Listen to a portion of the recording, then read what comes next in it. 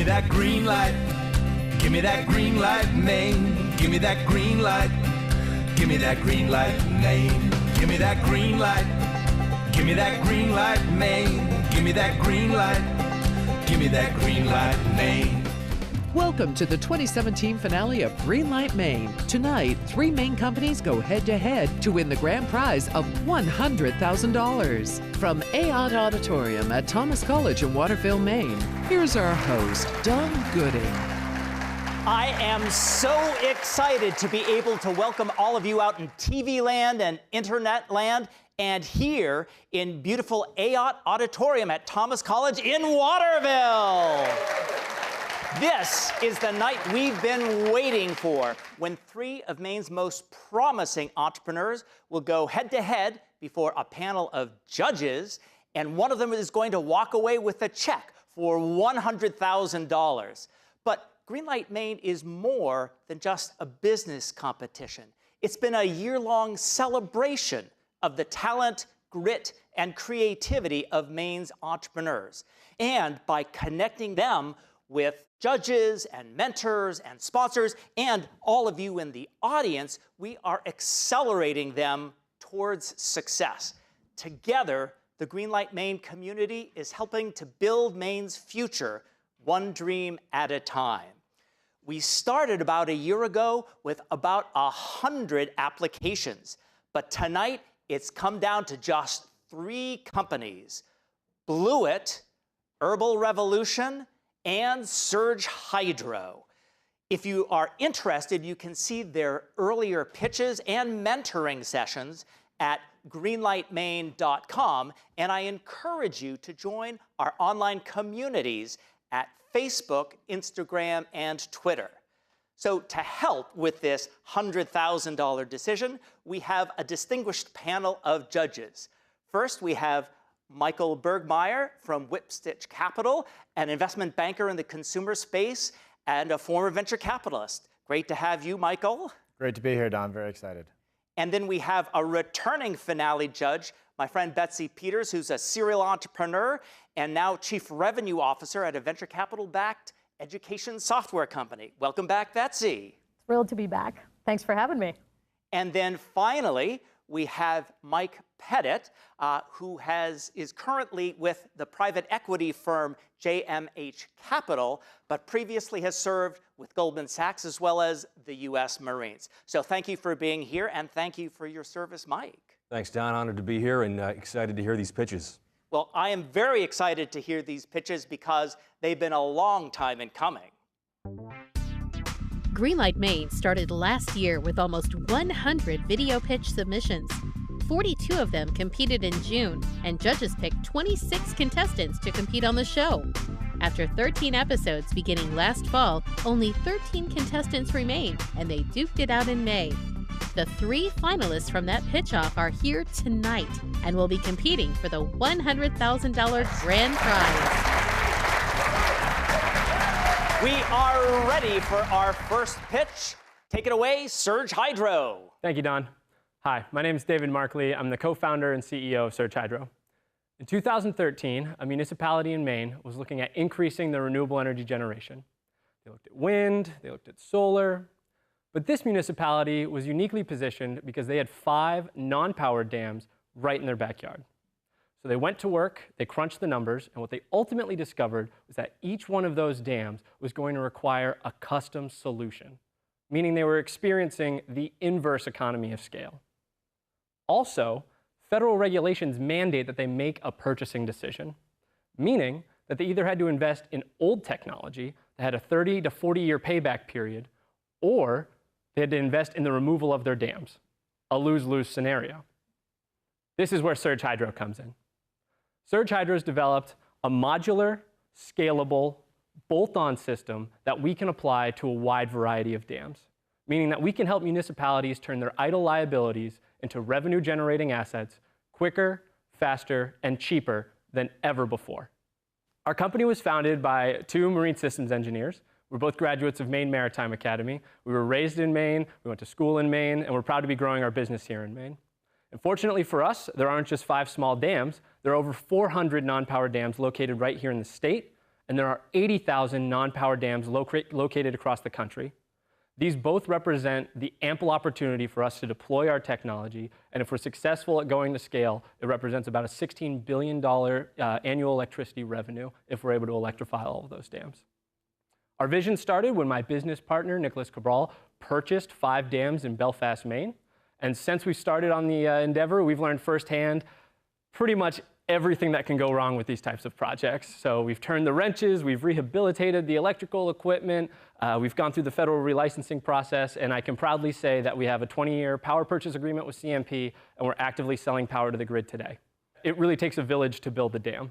And so over the past year, in addition to building the new technology, we've surrounded ourselves with industry professionals and some key advisors on our board of advisors. Namely, a gentleman from GE Ventures, current CEOs of other hydropower companies, and the former commissioner of the DEP to really help us launch our enterprise in earnest and bring it to commercialization. So, with Greenlight Maine's help and the prize money tonight, we can leverage it against other federal funds to increase the amount of money that we have coming in, and we can also leverage the Maine Technology Institute Business Development Loan. And so now we finally feel, for the first time, that we have the firsthand expertise, the knowledge base in the support group, and also the technology to fully develop this market. Thank you very much, and I hope you join the surge. Great. Over to you, Michael, for first question. Okay, I'm actually just trying to understand it a little bit too. So you own 5 dams. Are you currently selling electricity then with those? Yeah, so we've rehabilitated those facilities. They're online. We're selling power to the grid right now. How much last year, like this year, how much are you selling? What's the revenue? Yeah, so we're locked in at a 10-cent power purchase agreement with CMP, which is pretty unusual, but due to the way that we've scheduled the agreements, that's what we're getting. And then the revenue side, we're looking at about $30,000 annually, but we have ability to expand that capacity as well. Betsy, next question. What kind of power does that generate in terms of lighting up a number of households or something that the audience can understand? Sure. So your average household consumes about 10,000 kilowatt hours annually, and our average site that we've done an index of all 80,000 dams across the country, narrowed it down to our target sites. That's where we're approaching, and on average, it's about 200 kilowatt size and capacity, and so that equates to about 1,200 homes that we can power with one of our units. Mike. Dave, what has been your approach to sales or developing relationships with potential customers? Yeah, it's a great question. It's one of the things that we've invested a lot of time in, and it's a lot of boots on the ground, working with the municipalities. We work in a partnership agreement, and so they are actually still the owners, so we don't take on the liabilities of owning the assets, but we provide them with the technology, the services, and really a turnkey solution to their lose-lose problem. And so for instance, there was a town, they had a bid, $4 million to remove their dams, $16 million to get them back online. Ours comes in at around 2.5, and so we're able to service at a fraction of the cost and be able to provide electricity and revenue to the municipality. So as long as they're interested in keeping their dams, it's a win-win. Okay, I think we're out of time for more Q&A. So audience, howdy do. We will be back after a short break for the second pitch here on Greenlight Maine. Tonight's Greenlight Maine is sponsored by Bangor Savings Bank, Husson University, and WEX. I'm George Gervais, Commissioner of the Maine Department of Economic and Community Development. At the department, we work tirelessly to improve Maine's competitiveness. If your business needs help navigating through red tape and regulations, or is looking to invest or expand, our team of Governor's account executives is a great resource. Government can't create jobs. It's our goal to become your partner, making Maine a better place to visit, study, and invest. And we are ready for our second pitch. Take it away, Blewett. Thank you, Don. My name is Eric Martin. This is my good friend, Michael Therrien. Our company is Blewett, Maine's only business completely focused on blueberry wine. Now, we know that local food and drink is a multi-billion-dollar market, and that includes the magic of Maine local blueberries. They're tiny, delicious, packed with antioxidants, part of the Good Life brand of Maine. But what about wine? Wine used to be as much a part of local farm tradition as cider, but today Maine wine is just a tiny fraction of the 20 million bottles that are sold every year in this state. We want to reinvent and reinvigorate a Maine tradition, but we have to change the way that people think about blueberry wine. blueberry wine doesn't have any respect, and it's because it's made to imitate red wine. When we started working on this project a couple years ago in my uncle's barn in Jefferson, we learned very quickly that blueberries are a lot more like champagne grapes than red wine grapes.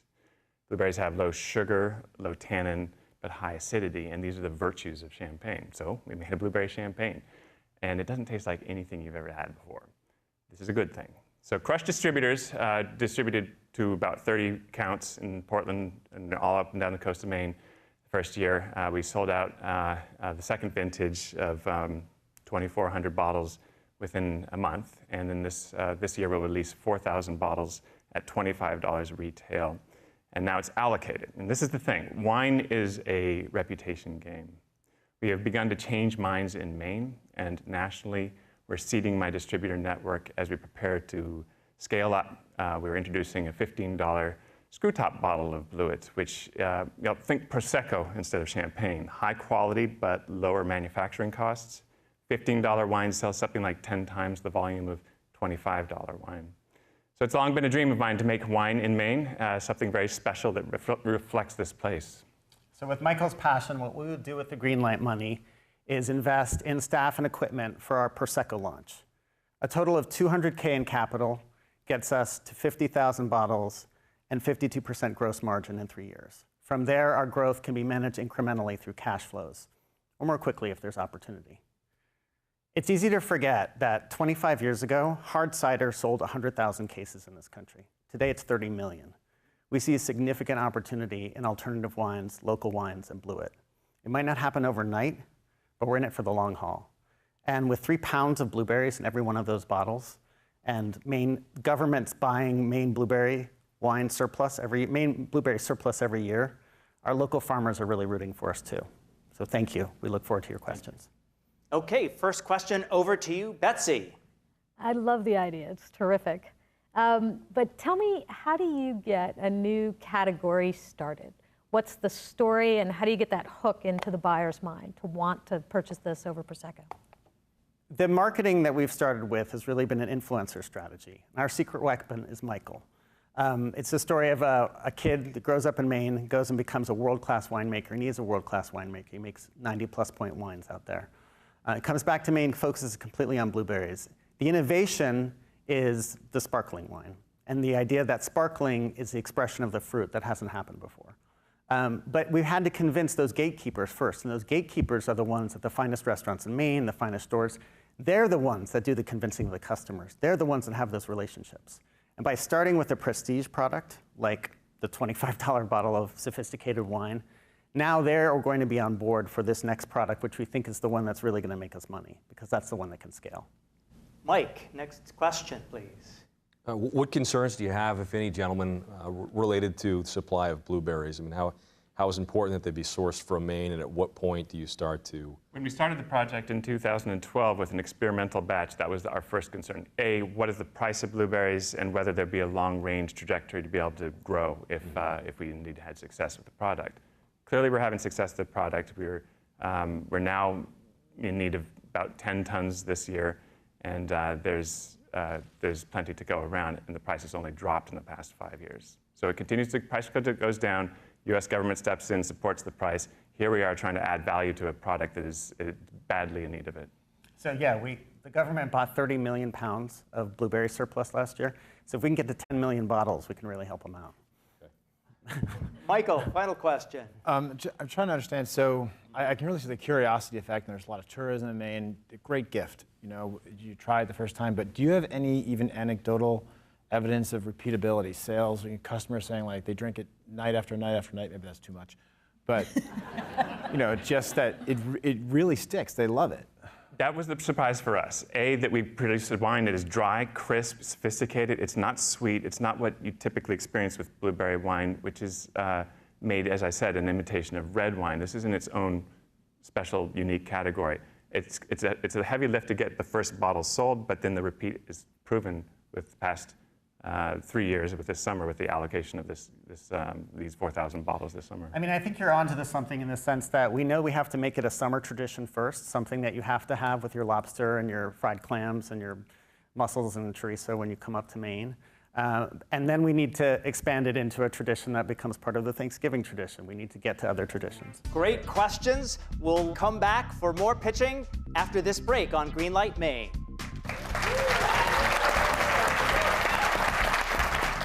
Tonight's Greenlight Maine is sponsored by the Finance Authority of Maine, Days Jewelers, and Central Maine Power.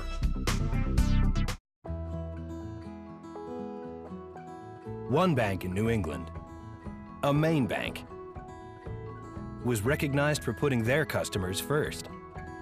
One bank was recognized by J.D. Power for highest customer satisfaction with retail banking in the New England region. That bank is Bangor Savings Bank. We're honored. This award means a lot to us because you mean a lot to us. Bangor Savings Bank. You matter more. And we're ready for our final pitch. Take it away, Herbal Revolution. Thanks, Don. My name is Catherine Langelier, and I was born and raised in our beautiful state of Maine. As a young girl, I loved exploring the plants and trees that grew in my backyard, and this curiosity turned into a passion. And for the past 20+ years, I have been working with and studying plants and plant-based medicine. As an herbalist and a formulator, I look to my community to see what their health needs are, and from there create products to support those needs. Knowing that 90% of healthcare costs are due to stress-related illness, I focus on creating products for preventative care, stress relief, and immune support. Herbal Revolution takes the concept of healthy eating to that next level, using vegetables and herbs to create beautiful, delicious, and effective products for consumers to use on a daily basis. We have a MOFGA-certified organic farm where we grow the herbs and vegetables that go into our tea, tonic, elixir, and drinking vinegar lime. We also work very closely with other Maine farms and businesses to source our ingredients. Supporting our local communities and the Maine economy is incredibly important to us. We market to the health, wellness, and organic industry, targeting consumers who are health conscious and who are using foods and herbal supplements as preventative care. The organic industry is a $43.3 billion industry, and the herbal supplement industry is rapidly growing and projected to be at $115 billion by 2020. Herbal Revolution has also been steadily and sustainably growing since 2010, with an annual average growth rate of 60%. This year, in our first quarter, sales increased by 77%, and this was done with no marketing or sales effort on our part. We're currently working with over 180 stores. These stores include Whole Foods, Urban Outfitters, Mom's Organic Market, and natural food stores and co-ops across the nation. Our tonic line, which is our #1 line, is currently being reviewed by GNC and Sprouts Farmers Market. The current needs of the business at this point are infrastructure. I have outgrown the spaces that I'm currently producing in, and a Greenlight Maine investment would help us to purchase a building close to our farm. It would help us to purchase production equipment as well as hire on more staff. There's no doubt Herbal Revolution will be a nationwide brand, and a Greenlight Maine investment would truly help propel us to that nationwide platform while also helping us create more jobs in rural Maine. Okay, first question over to you, Mike. Thanks, Catherine. Congratulations on the business you've built. Thanks. I wonder if you could tell us a little about the composition of your team, those within the company proper, and any key partnerships you may have in place. Well, I have a group of advisors that I've been working with. I am the sole, owner and formulator of the business, but I have an incredible team that I work with that have helped me with advisors that play key roles in manufacturing, regulations, marketing and branding, and financial advice as well. And I have right now an assistant who will be full-time come November. She has another job, otherwise she'd be full-time right now. And I've hired on a couple of other people too to start taking on some other projects. Okay, Michael.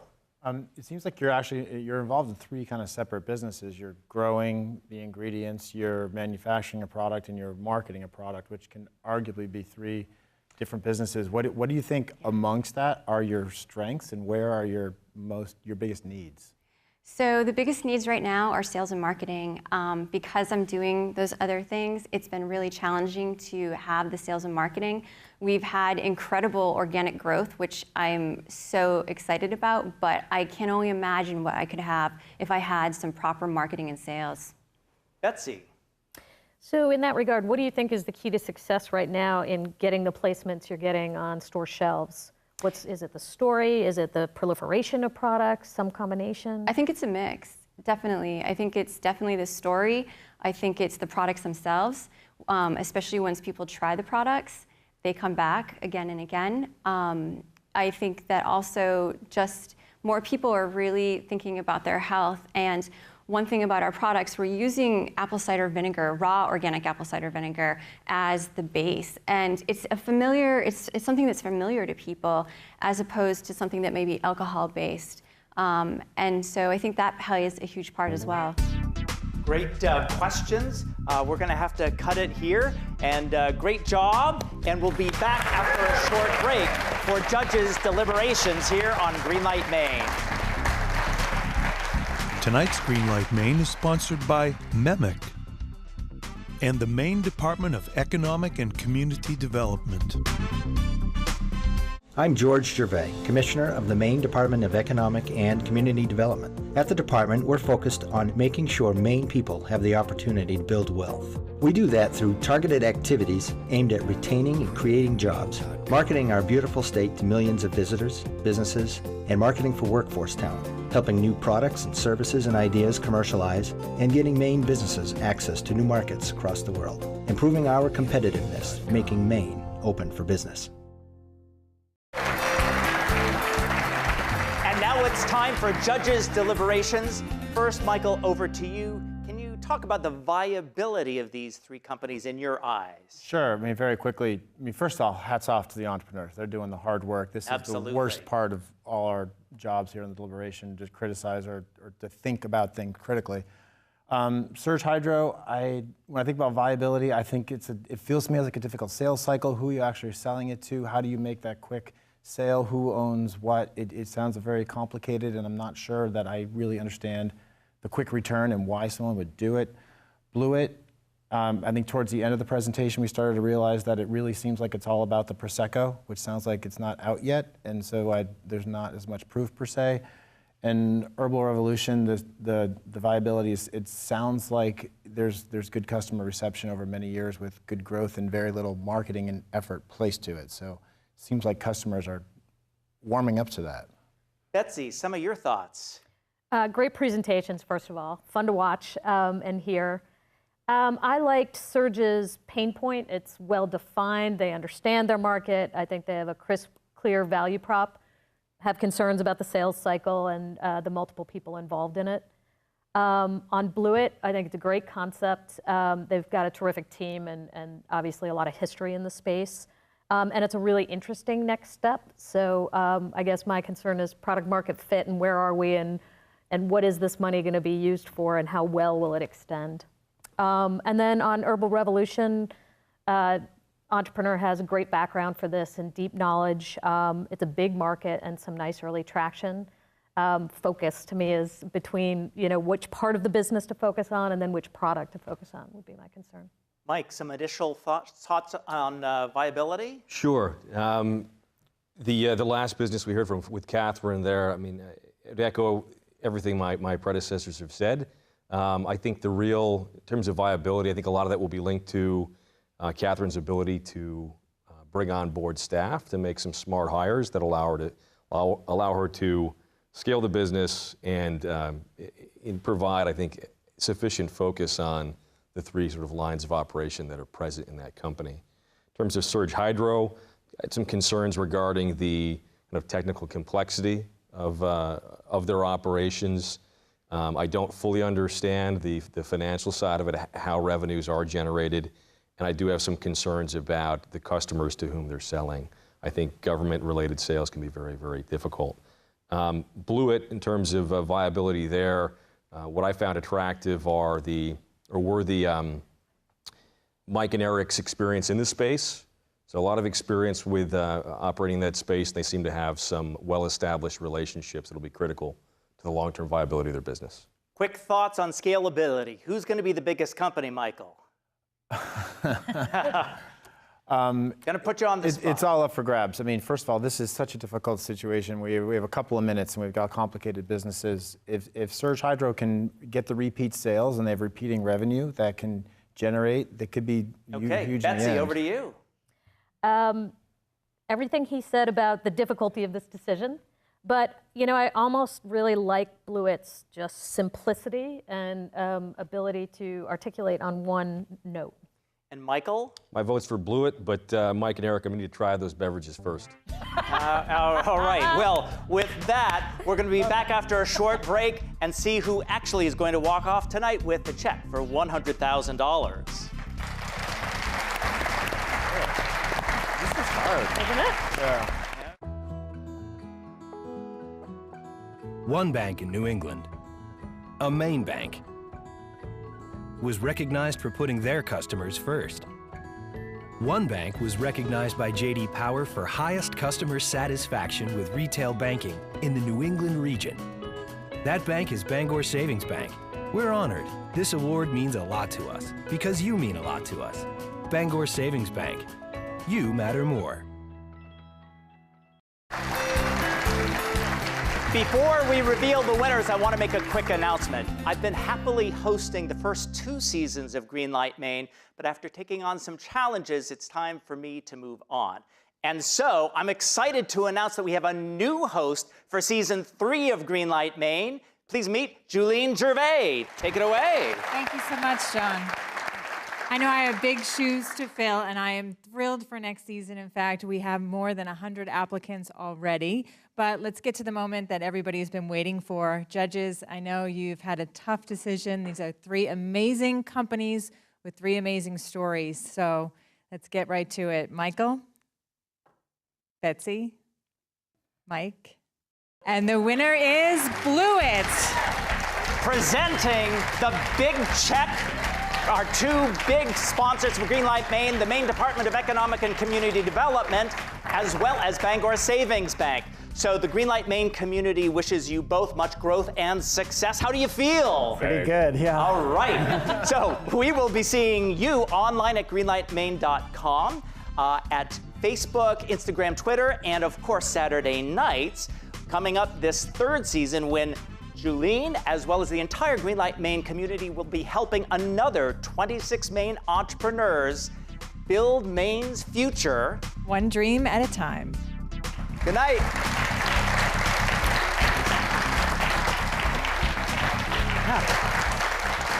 Greenlight Maine would not be possible without the support of all of our corporate sponsors. Thank you.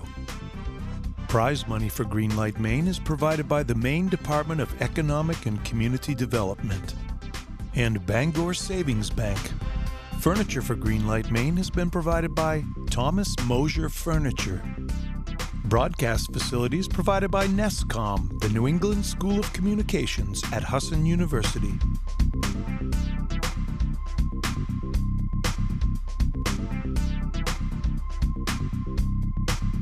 Give me that green light. Give me that green light, Maine. Give me that green light. Give me that green light, Maine. Greenlight Maine has been a paid-for presentation by the Portland Media Group.